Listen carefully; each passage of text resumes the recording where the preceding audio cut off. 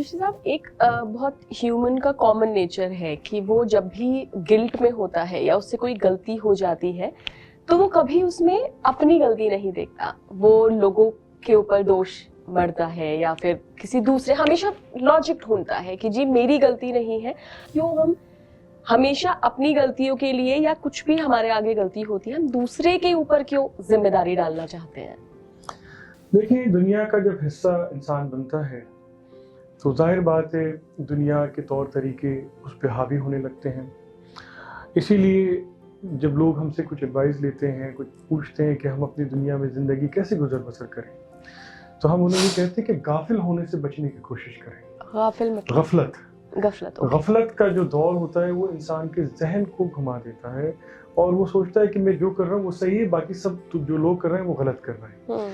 तो गाफिल का एक तर्जुमा अगर इसको ट्रांसलेट करना चाहेंगे तो heedlessness, that we stop paying heed to signs which are seen and unseen, जो नजर आते हैं जो नजर नहीं आते, voices which are heard and unheard, वो आवाजें वो इशारे जो सुनाई देते हैं और नहीं भी सुनाई देते हैं।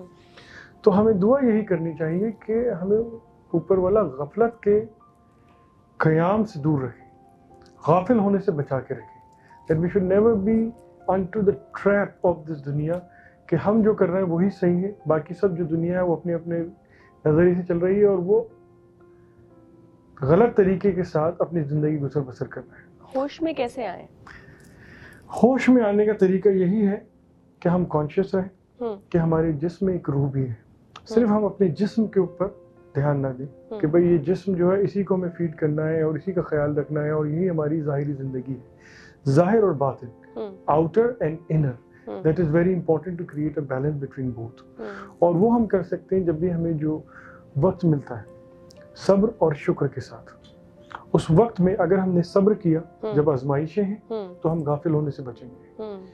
अगर नहीं हुए तो डिप्रेशन में चले जाएंगे, साइकेट्रिक क्लिनिक जाना पड़ेगा, बहुत सारी परेशानियां आती हैं।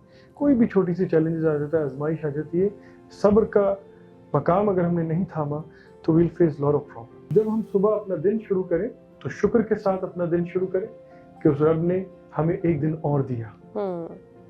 ठीक है, क्योंकि दुनिया में चाहे कितना ही बड़ा कोई डॉक्टर हो, साइंटिस्ट हो, कितना ही बड़ा हेल्दी पर्सन हो, कौन कह सकता है कि मैं रात को सो रहा हूँ और सुबह जरूर उठूँ? बिल्कुल कोई नहीं कह सकता। इस चीज का कोई दावा नहीं करता। तो जब हम सुबह उठते हैं तो शुक्र के साथ उठे कि उस रब ने हमें एक और दिन दिया और सांसें दी, और शाम के वक्त सोने के पहले सब्र के साथ, चाहे हमारा दिन कैसा ही गुजरा हो, अच्छा बुरा, नेगेटिव पॉजिटिव, प्रॉफिट लॉस, लड़ाई हुई, झगड़ा हुआ, कुछ भी हुआ, कोई नेगेटिव इमोशंस हुए, शाम के वक्त जब हम when we are with ourselves and we are going to, तो उस वक्त those burdens of the day, the negativity should not carry forward to the next day. हमारे shoulders के ऊपर पिछले दिन की जो वजन है नेगेटिविटी वो नहीं आनी चाहिए। It is easier said than done. Exactly. कहना आसान होता है लेकिन अमल में लाना चैलेंज है, और इसके लिए हमें अपने आप को ट्रेन करना होता है। How you train yourself? By collecting your thoughts, the conscious thoughts, subconscious thought, और जो हमारे अंदरूनी एहसास हैं उनको कलेक्ट करते हुए अपने सामने रखते हुए अपनी जिंदगी को उसमें बैलेंस करना। हम सोचते हैं कि हम जहन से काम कर रहे हैं लेकिन हमारा जहन भी बिल्कुल शून्य पे चले जाता है, और उसके बाद हमें जो नजर आता है वो लगता है कि तमाम जो एक नेगेटिव माहौल बन गया है, and then problem like depression, negativity, then you take resort to sleeping on pills. $1 million भी कमा रहा है वेस्ट के सिविलाइजेशन अगर आप देखें, और रात को पिल्स के साथ सो रहे हैं क्योंकि सब्र और शुक्र नहीं है। आप अमेरिका की अगर हम बात करते हैं तो 5 बड़ी बीमारियों में एक डिप्रेशन है। बिल्कुल सब कुछ है दुनियावी तौर पे उनके पास, लेकिन पिल्स से सो रहे। यही अध्यात्म जो है वो फाउंडेशन हमारी मजबूत करता है। मैं एक दफे हार्वर्ड यूनिवर्सिटी में था और हमारी टॉक हो रही थी, तो इसी मौजू पे बात हो रही थी। मैंने कहा कि this is the situation where you are, but come to our country. आप हिंदुस्तान आए और हमारे गांवों में आइए। अच्छा, कम टू आवर विलेजेस। आपको किसी भी हिंदुस्तान के गांव में कोई साइकेट्रिक क्लिनिक नहीं मिलेगा। बड़े शहरों में तो एक्चुअली मैंने भी नोटिस किया है, दिल्ली बॉम्बे में तो चलो आजकल होने लग गया क्योंकि स्ट्रेसफुल लाइफस्टाइल हो गई है, लेकिन किसी भी गांव में क्लिनिक होते हुए नजला जुकाम जो नॉर्मल एक मोहल्ला क्लिनिक टाइप कह लें, लेकिन कोई साइकेट्रिक क्लिनिक में नहीं मिलेगा। वो इंसान नहीं है, उनमें ह्यूमन इमोशन नहीं होते, उनके पास तो दुनियावी रिसोर्सेज भी नहीं है, अपनी खेती कर रहा है। हो सकता है ऐसे भी किसान होंगे जो प्यार अपना रोटी खा के और पानी पी के भी अपना गुजर बसर कर रहा है, फिर भी कहीं ना कहीं दिन में वो सब्र कर लेते हैं और उस ऊपर वाले का शुक्र भेज देते हैं। चाहे किसी भी मजहब के हो, किसी भी धर्म के मानने वाले हो, लेकिन कहीं ना कहीं एक लम्हे उसका शुक्र अदा कर देते हैं और सब्र कर लेते हैं, कुछ नहीं भी है तो। ये कॉन्सेप्ट वेस्ट में नहीं है, यूरोपियन सिविलाइजेशन वेस्ट के अंदर, इसीलिए वहाँ सब कुछ होते हुए भी वहाँ पे आपको प्रॉब्लम नजर आती है, शांति नहीं। हमने सबने आई थिंक हमारे दर्शकों ने देखा होगा वो गाना ख्वाजा मेरे ख्वाजा दिल में समा जा, बाकी मतलब बहुत रूह में ही समा जाता है वो गाना। तो उसमें एक पोस्चर है, आई डोंट नो कैसे करेंगे उसे, आई थिंक ये रक्स का पोस्चर है जो दरवेश जो होते हैं जी, तो वो अपनी कैफियत में जी तो वो एकदम समा बंध जाता है, and then they started like ऐसे वो गोल गोल घूमने लगते हैं। तो वो क्या मतलब वो कोई ट्रेडिशन का हिस्सा है या उसका कुछ स्पिरिचुअल मीनिंग है, मैं वो जानना चाहती हूँ। देखिए, ट्रेडिशन का हिस्सा भी और बहुत डीप स्पिरिचुअल मीनिंग भी है। समा जिसको हम कहते हैं, कवाली जिसको कहते हैं, वो सिर्फ एक मौजूकी के एतबार से नहीं है कि लोग उसको कानून सुने, हाँ भाई म्यूजिक हो रहा है, कवाली हो रही है। ये जिक्र है, ये उसकी इबादत का हिस्सा है, उस रब की कुर्बत हासिल करने का। और चिश्ती परंपरा में खास तौर पे चिश्ती सिलसिले के अंदर समा का जो एतबार है वो ये है।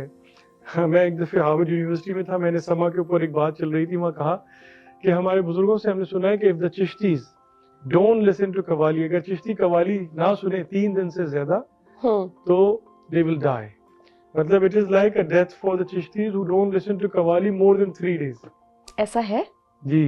तो रूह की, not the physical death but the death of the soul. Okay. तो रूह की गिज़ा, अब आप अगर 1 हफ्ते 10 दिन खाना नहीं खाएंगे तो क्या होगा? वीक हो जाएंगे। ठीक है। और human body can survive maximum, I am not talking about gurus जो मुनि होते थे, योगीज होते थे, जो सूफी संत हुए। एक आम इंसान 40 दिन से ज्यादा बिना खाए पिए सर्वाइव नहीं कर सकता। Imagine the soul which has not been nourished for years and years and years. तो चिश्तियों के लिए जो गिज़ा है, रूह है, nourishment of the soul is समा, जो जिक्र का हिस्सा है। तो समा वो चीज है, वो पावर है कि जब हम बैठते हैं तो अपनी इस फिजिकल जो कन्फाइनमेंट है उसको तोड़ के, जो फिजिकल एक बाउंडेशन है उससे परे होके एक उस आलम अरवा का एहसास करते हैं, that realise the bigger purpose of our creation, कि जो हमारा मकसद है उसको हम हासिल करने की रोशनी मिलती है। जब एक दरवेश समा में हाथ उठा के रक्स करता है, तो इसके ऊपर मैंने 1-2 लाइनें भी लिखी थी दुनियावी तौर के, उसमें उसको कंक्लूड करूंगा उस पे। लेकिन उसका जो पोस्चर है उसके पीछे भी सिंबॉलिक मीनिंग होती है कि दरवेश की जिंदगी क्या है। एक दरवेश जो होता है उसकी जिंदगी क्या है। एक हाथ उसका आसमान की तरफ होता है और दूसरा हाथ जो होता है वो जमीन की तरफ होता है। और इससे फिर वो, जैसे यूनिवर्स इज इन कम्यून, जिस तरह अर्थ रोटेट कर रही है, so you are also in commune. हर चीज इज इन कम्यून, हर जो शय है, क्रिएटेड शय, मखलूक, वो उस खुदा से राब्ते में है। जो डिवाइन राब्ता है ना, रूहानी राब्ता, यस। चाहे अगर हमारी अर्थ रोटेट हो रही है तो that is also a spiritual commune between the earth and God. हर चीज उस राब्ते में। तो दरवेश जब रक्स करता है तो इसका मतलब यह है कि वो उस रब से राब्ते में, और उसका किरदार इस दुनिया में यह है कि इस हाथ से उस रब से ले और इस हाथ से इस दुनिया को दे। दरवेश का काम यही है कि इस हाथ से लेना और इस हाथ से दुनिया को देना, और वो अपने समा में है।